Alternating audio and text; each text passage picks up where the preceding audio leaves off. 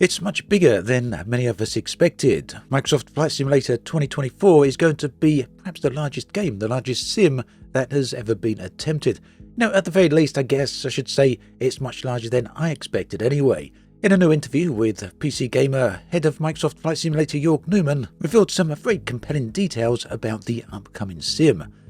So the new version of the sim is going to be releasing in November of this year, and yes, as has already been revealed, it features and allows the players to get out of their plane and walk around. However, the extent to which this is possible has been in question. Many people wondering whether or not we could simply walk around the local area or the local plane.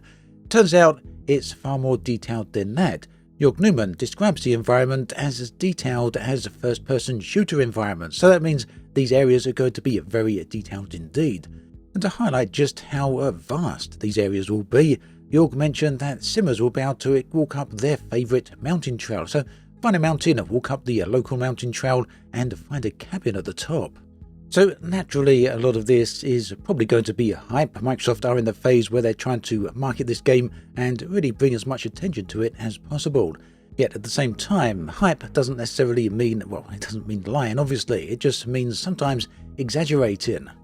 But even with that in mind, we have to consider that it is fair to say that Flight Sim 2020 is perhaps the most accurate and most detailed digital twin of Earth. There's no other sim out there, no other game that even comes close. So the 2024 edition is starting from, well, a good starting point, and it can only really progress from there. So from that perspective, Jörg said, I think we're in a new era of making games that I think are going to break new ground from a scale and complexity perspective. And although I think it's 100% wise to wait and see until we get hands-on with this, I can kind of see where he's coming from.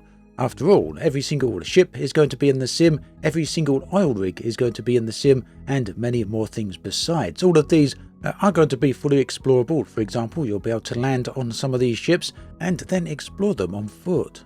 Now, Jörg took this concept a little bit further. Back during the early phases of 2020, Microsoft often spoke about how simmers would like to explore their home environment and try and locate where their own house is. Now, ultimately, not every single house is included in the sim, but more or less every single house location is included in the sim. So whilst your house might not be physically represented how it actually looks, there will be a house, or there should be a house at least, in your house's same location.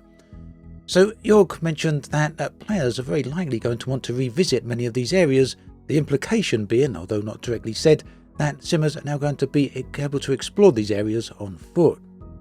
Now, one thing you'll notice throughout this video, I have interchangeably used the word sim and game and simmers and gamers, and that's because I really do feel that with Flight Sim 2024, it is going to be both a sim and a game in one.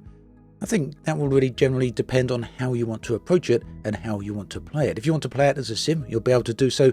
If you want to be able to play it as a game, equally, you will be able to do so. Another area which looks to be interesting is the amount of wildlife that is going to be in the 2024 edition of the sim.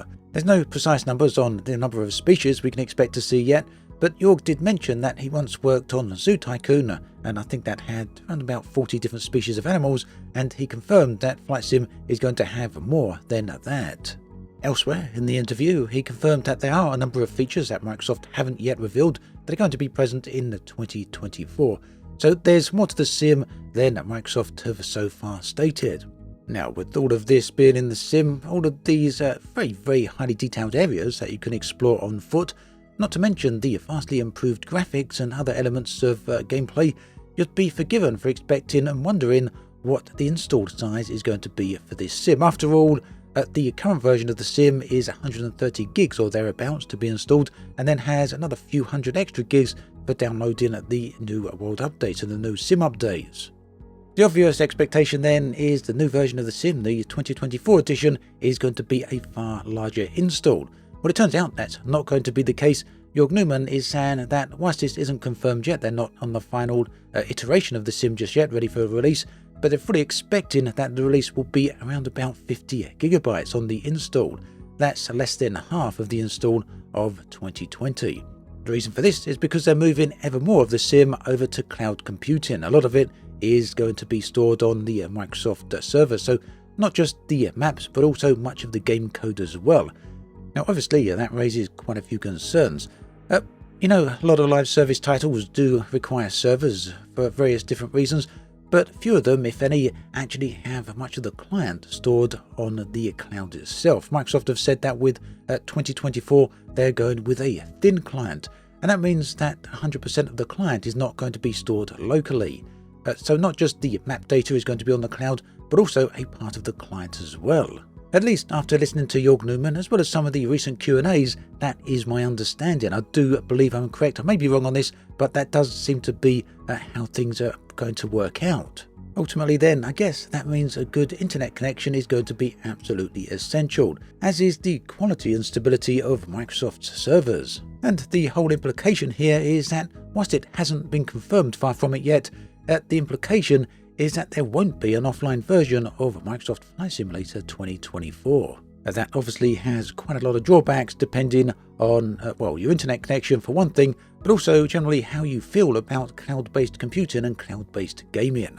Whatever way we cut it though, it's obvious that many of the features that the new Sim are going to introduce, just won't be possible without cloud computing. So yeah, I'm very keen to see how this turns out. There's a lot of features here that are unprecedented, that have never really been tried before, and Microsoft are definitely breaking new grounds with the 2024 edition of the Sim.